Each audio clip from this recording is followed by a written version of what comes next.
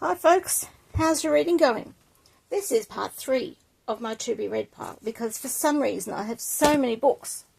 It's impossible to get through all 3 shelves in one video and make it a watchable length. So, take that off there. That you would have seen this in the last video. That's my grandfather's and great uncle's slate from their shop warehouse. Okay, I have no idea. The Lightbridge Method, A Stewards of Octorama Tale by R.H. Polden. Oh well, I don't remember where I got this, but at least it's not too long. We're talking 32 pages. There we go. I'll get through that in one sitting. And the Groucho File, P-H-I-L-E, because that's how Groucho Marx ran. So it's actually his life, written by him, and he's got lots and lots of photos. Lots and lots. And lots. Okay, this one is Doctor Who, The Key to Time by Peter Haining. Now, Peter Haining is one of the all-time greats of anthologists, and just because it's Peter Haining, I had to have it, even though I don't know, it's interesting. It's basically, let me go back to the beginning. That says 1964. The beginning of Doctor Who. So this is, oh, that's Verity Lambert in the middle there. She was the first producer of Doctor Who. Fantastic work.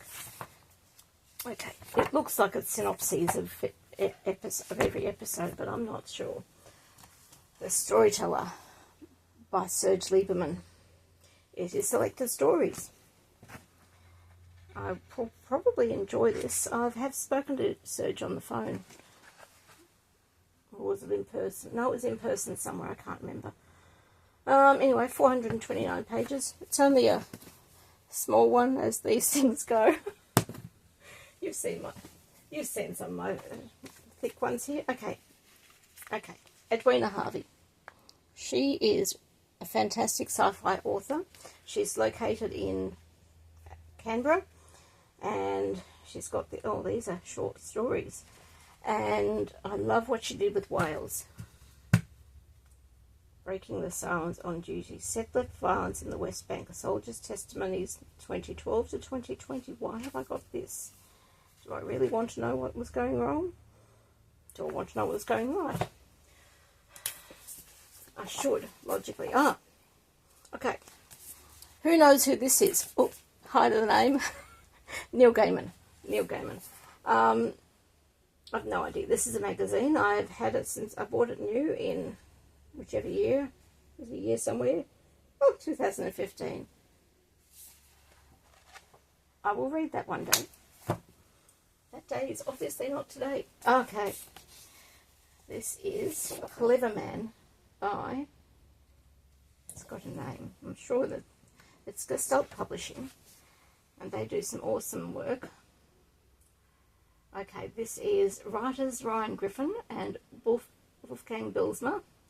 Artist Emily K. Smith, with colour assist by James Brewer and Justin Randall, and the editor is Wolfgang Bilsma. So he's a really nice man. So I know why I've got this. I don't do this stuff normally, but they are such talented people, and I had to have this story. I haven't actually read it yet, and there's a date in here somewhere. Date, go away from my glasses, 2017. Yeah, I read print, not art, but I had to have that one because of the storyline. Okay, this is brilliant. This is SF Commentary, number 26. This was put out by, is this one I'm thinking of? Maybe not.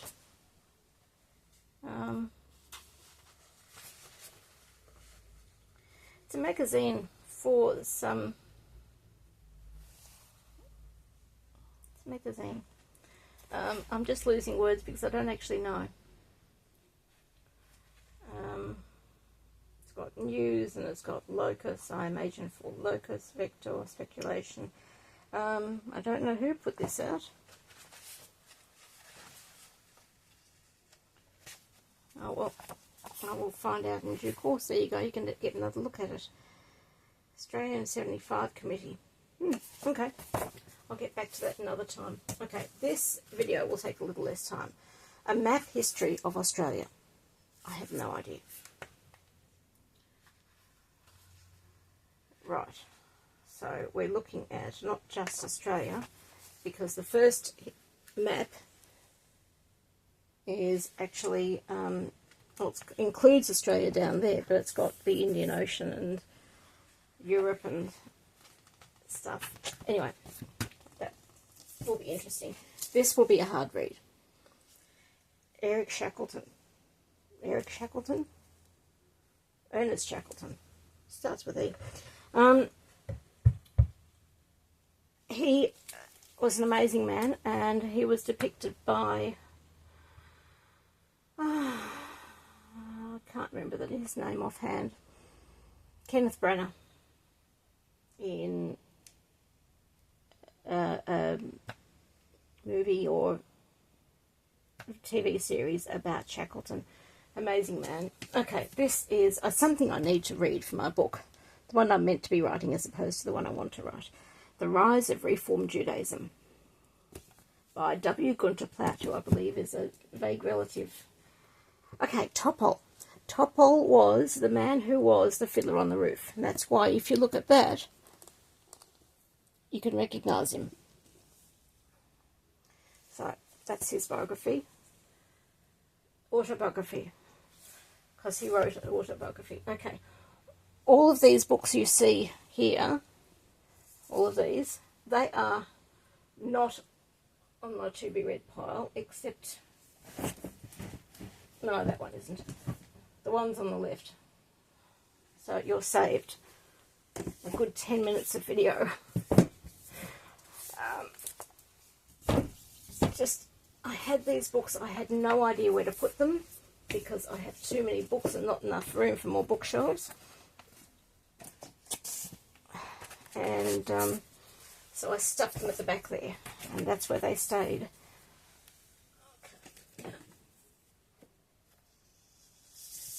Why I've got new books like that is because I like to encourage young authors. When I say young, they're new authors. Some of them are not young. Okay, David Shembry. I've read some of his. Beneath the Ferny Tree. Good stuff. Oh, these are 1, 2, 3, 4. Okay, these are by the Monash Writers Group. So they're a writers group, and they have actually published their anthology, all their short stories in anthologies. So I'm going to read those with interest. That will be interesting because you see the masks on the front cover. This one's called Unprecedented Times. Let me check when it was published. But I reckon it's going to be quite 2020, which is going to be quite interesting to see what it felt like from their point of view at the time. The way forward, the last line. And this I bought at Continuum. I saw it and it was a must-have. I mean, it's 1953, and it's the best science fiction stories, and it's edited by Everett F. Blyler and T.E. Dittike. Names I struggle with. But I just had to have this. It fits in with all the other anthologies that I've got on my shelf, some of which I haven't read for a long time. So we've got authors such as, who was the one I really saw and went, oh my god, I must have this? It's Fritz Lieber, Anthony Butcher, John Christopher, Cyril Kornbluth. There's no females. No, there's no females. That's it. That's very interesting. Females have written some absolutely fantastic stuff. And kept on being left out. Now, what we're left with is this. This is called Circe, and it's got a nice little poem on the back. Oh, it's all poetry. Why have I bought this? What is the reason? I don't read poetry, so there must have been some reason I bought it. I bought it this year. Words and Layout by Tansy Rayner Roberts.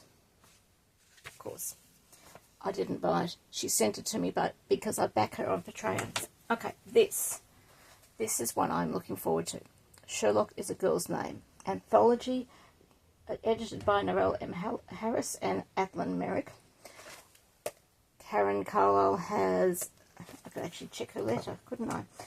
Has a story written that she's written in here, and Karen J. Carlisle. Okay, there we go.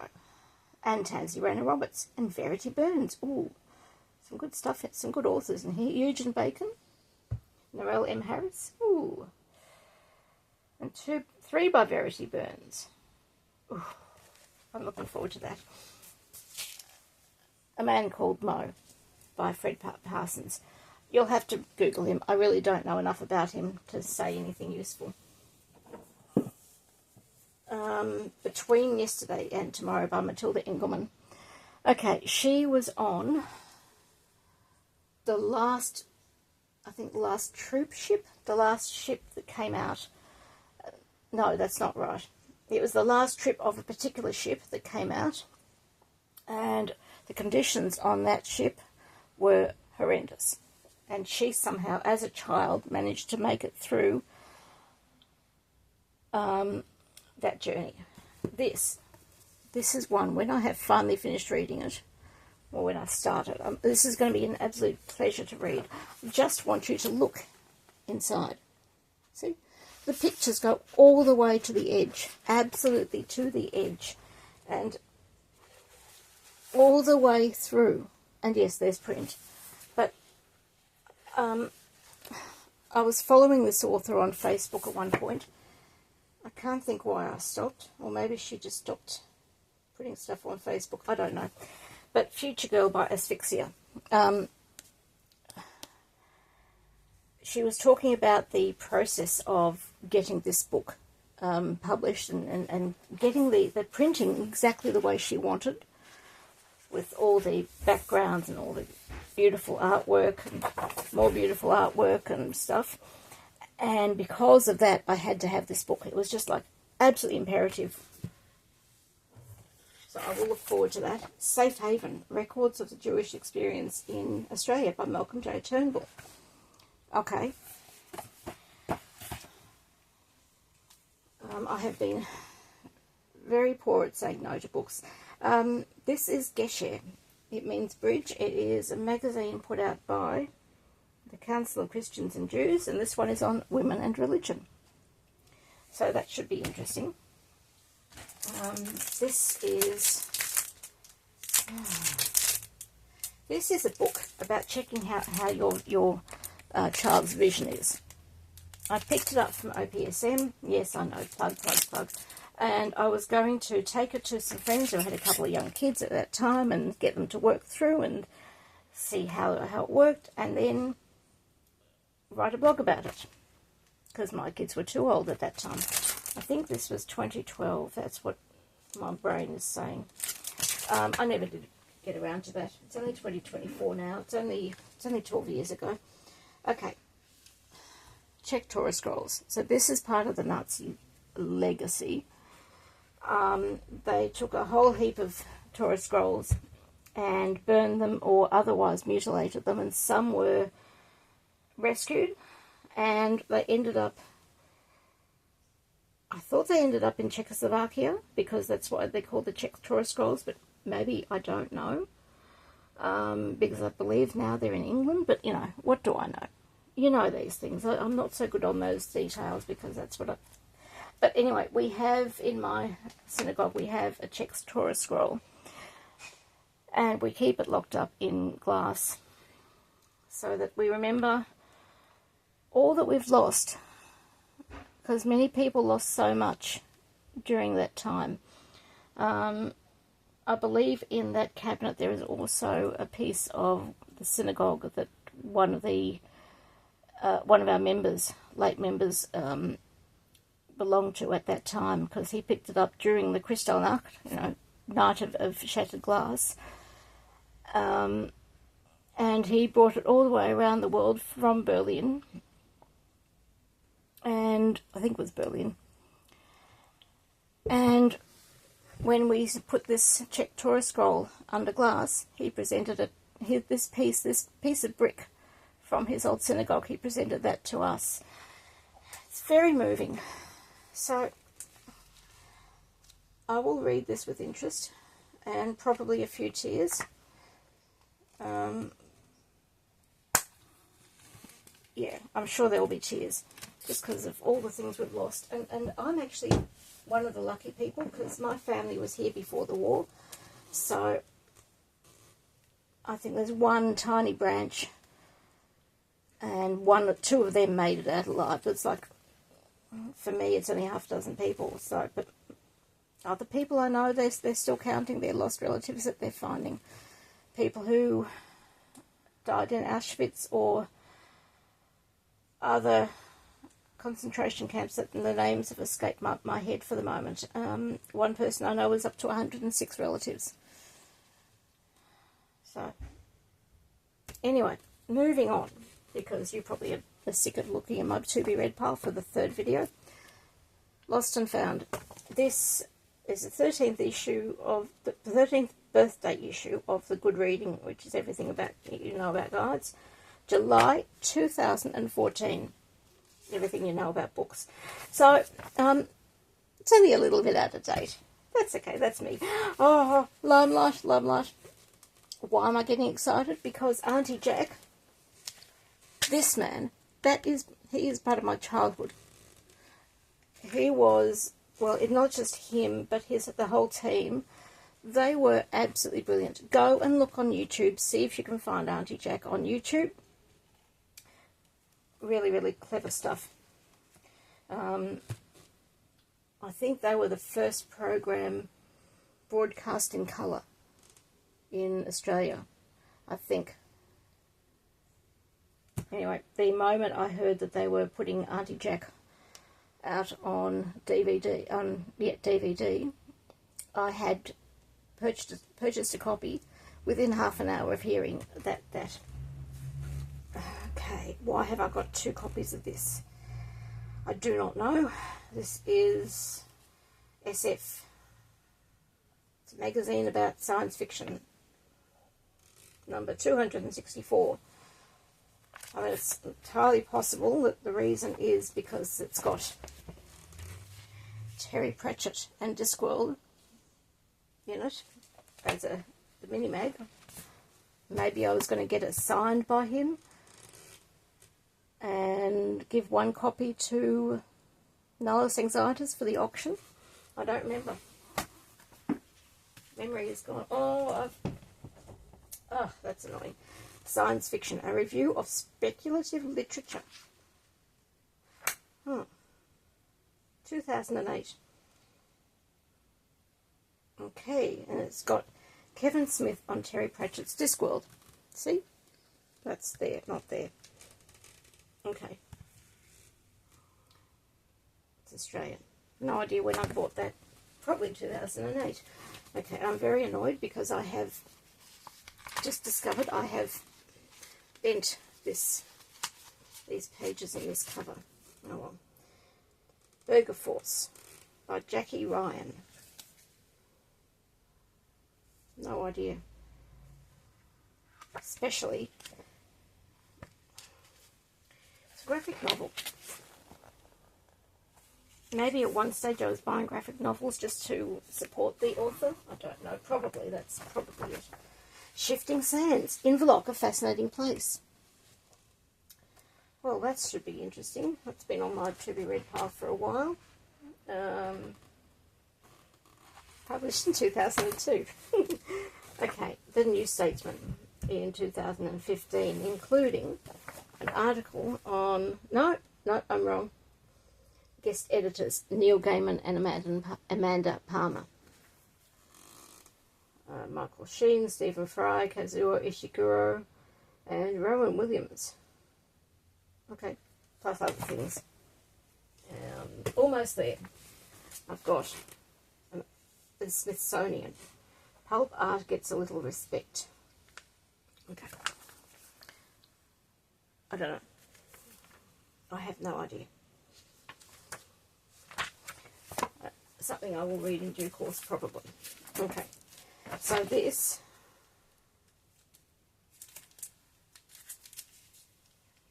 okay, so I bought this one in Oz Comic Con in 2019. I know because I've written it on a business card and stuck it in the back. So this is Demons, and it's by David Coyle and Raphael Banashak or something. I'm sorry, Raphael, I can't pronounce your surname. Yes, again, graphic novel. And I read print, not artwork. But look at that beautiful artwork. I mean, seriously. I may read that and then I may pass it on to someone who will appreciate it. Can I get it back into this plastic sleeve while I'm on camera? Or do I get impatient? Well, there you go.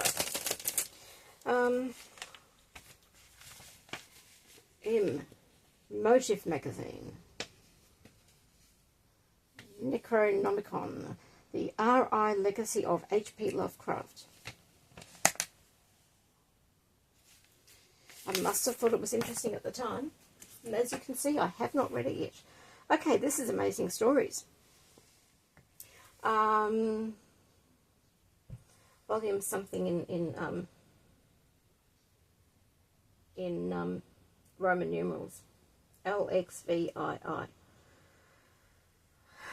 V, is that 50?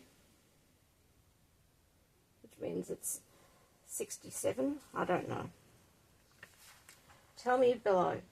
Tell me what I don't know. Actually, no, I don't. No, yes, tell me what I don't know. Tell me that what LXVII actually is, because I can't Google it from up here, because my computer is behind. Okay, this should be interesting.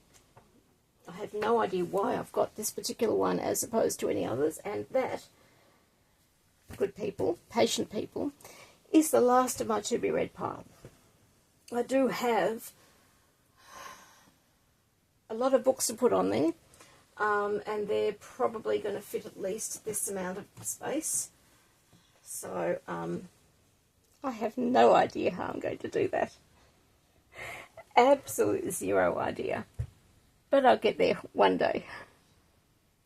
Anyway, thank you for your patience as I take a wander through my to be read pile, all 3 shelves of them. And actually, what I could do, this is a bit strange, move some of these down to this shelf, because the 4 shelves below this are my grammar books, my linguistics books. I don't know why I have linguistics books when I'm not studying linguistics. Do not ask me awkward questions. Please do not ask me awkward questions. Although, having said that, I've got some people who will ask me awkward questions. Thanks, guys. I'll talk to you later. Bye.